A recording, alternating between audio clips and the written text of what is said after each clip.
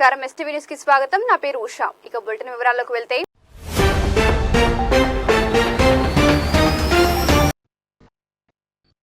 నెల్లూరు జిల్లా విభజనను నిరసిస్తూ సేవ్ నెల్లూరు నినాదంతో జిల్లా కలెక్టర్ కార్యాలయం ఎదుట కమిటీ నిర్వాహకులు ధర్నా చేపట్టారు. ప్రభుత్వ తీరును తప్పుబడుతూ నిరసన నినాదాలతో కలెక్టర్ కార్యాలయం వద్దకు చేరుకుని జిల్లా విభజన తీరు మారాలని డిమాండ్ చేశారు. ధర్నాలో పాల్గొన్న బీజేపీ నేత మిడతల రమేష్ మాట్లాడుతూ మండలాల విభజనపై ముఖ్యమంత్రి చంద్రబాబు ప్రజలకు జవాబు చెప్పాలన్నారు. ప్రస్తుత విభజనతో పలు సమస్యలు ఏర్పడి జల వివాదాలకు దారితీస్తుందని రమేష్ వివరించారు.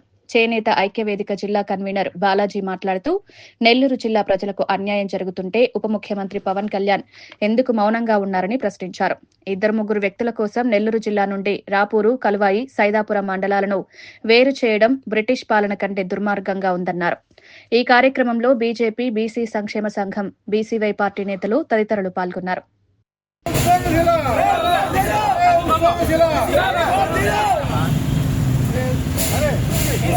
చేశారనేది చంద్రబాబు నాయుడు ముఖ్యమంత్రిగా ప్రజలకు వివరణ ఇవ్వాల్సిన అవసరం ఉంది. నాకు తెలిసినంత వరకు రాపూర్లో ఉన్న ఎర్రచందనం ప్రపంచంలోనే నాణ్యతలో ఒకటో క్వాలిటీకి చెందింది. రాపూర్ అటవీ ప్రాంతంలో 1,60,000 ఎకరాల్లో నాణ్యత కలిగిన ఎర్రచందనం ఉంది. దీని తర్వాత ప్రపంచంలో చైనా ఉంది ఎర్రచందనం క్వాలిటీలో. అటువంటి ఎర్రచందనాన్ని దేశాచలం అడుగు నుంచి స్మగ్లింగ్ చేసినట్టుగా తరలించుకోవడం కోసం కలిపారని చెప్పి నేను భావిస్తా ఉన్నాను. రెండవది, పెనుసుల లక్ష్మీ నరసింహస్వామి దేవాలయం ఉంది, పెంచుల కోన అంటున్నారు. స్కంద పురాణాల స్థల పురాణాలు బట్టి చూస్తే నరసింహస్వామి హిరణ్యకశిపుని చంపిన తర్వాత 44 లక్షల సంవత్సరాల క్రితం ఉగ్ర రూపంలో అడవులు తిరుగుతూ ఉంటే అడవులు తిరిగే సమయంలో ఆయన ఉగ్రాన్ని శాంతింపు చేయడం కోసం లక్ష్మీదేవి చెంచు లక్ష్మిగా అవతారం ఎత్తి ఆయన పెనవేసుకుని కౌగిలించుకోబట్టే ఉగ్రం చల్లారిందని చెప్పి ఆ క్షేత్రంలో భారతదేశంలో ఎక్కడా లేదు. పెనుసుల లక్ష్మీ నరసింహస్వామి క్షేత్రంగా వచ్చింది. పెనుసుల అంటే పెనవేసుకుంది లక్ష్మీ మాత అని చెప్పి అర్థం. అటువంటి క్షేత్రాన్ని మా నుంచి ఎందుకు దూరం చేస్తారో అర్థం కావడం.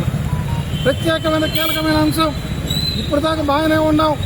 కండలేరు జలాశయాన్ని తిరుపతిలో కలిపేసుకుంటారంట రాపూరు మండలం పేరుతో.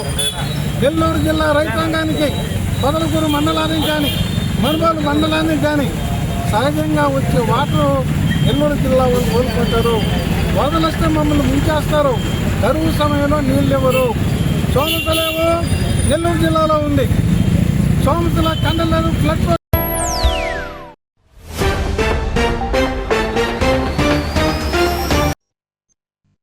మున్సిపల్ కార్మికుల సమస్యలను పరిష్కరించాలని కోరుతూ 35 రోజులుగా ధర్నా చేస్తున్న అధికారులు స్పందించకపోవడంపై సీఐటీయూ ఆగ్రహం వ్యక్తం చేస్తోంది. నెల్లూరు కార్పొరేషన్లో కొత్త రాజ్యాంగం అమలు చేస్తున్నారా అంటూ సీఐటీయూ గౌరవ అధ్యక్షులు కత్తి శ్రీనివాసులు అంటున్నారు.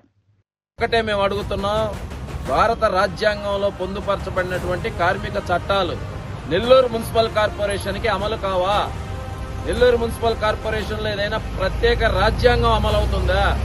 ఇక్కడ పనిచేసి 20-30 సంవత్సరాల నుంచి పనిచేస్తున్నటువంటి కార్మికుల్ని ఏ రకమైన గ్రాట్యుటీ గానీ, పెన్షన్ గానీ, ఏ రకమైన బెనిఫిట్స్ లేకుండా రిటైర్మెంట్ అనేటటువంటిది నోటీస్ ఇవ్వలేదు, ఆర్డర్ ఇవ్వలేదు.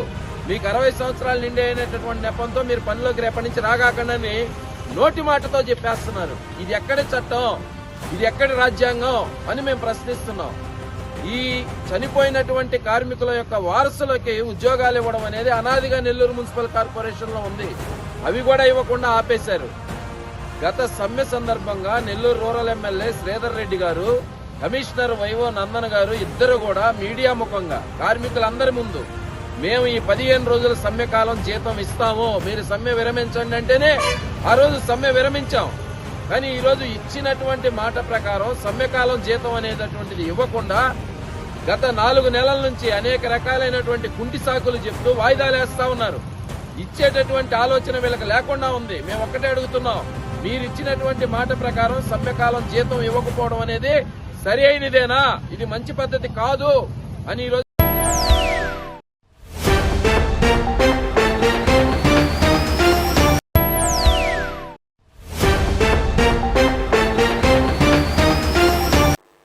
ఇది ఇవాల్టి బులెటిన్. మరొక బులెటిన్ లో మళ్ళీ కలుద్దాం. అంతవరకు సెలవు. నమస్కారం.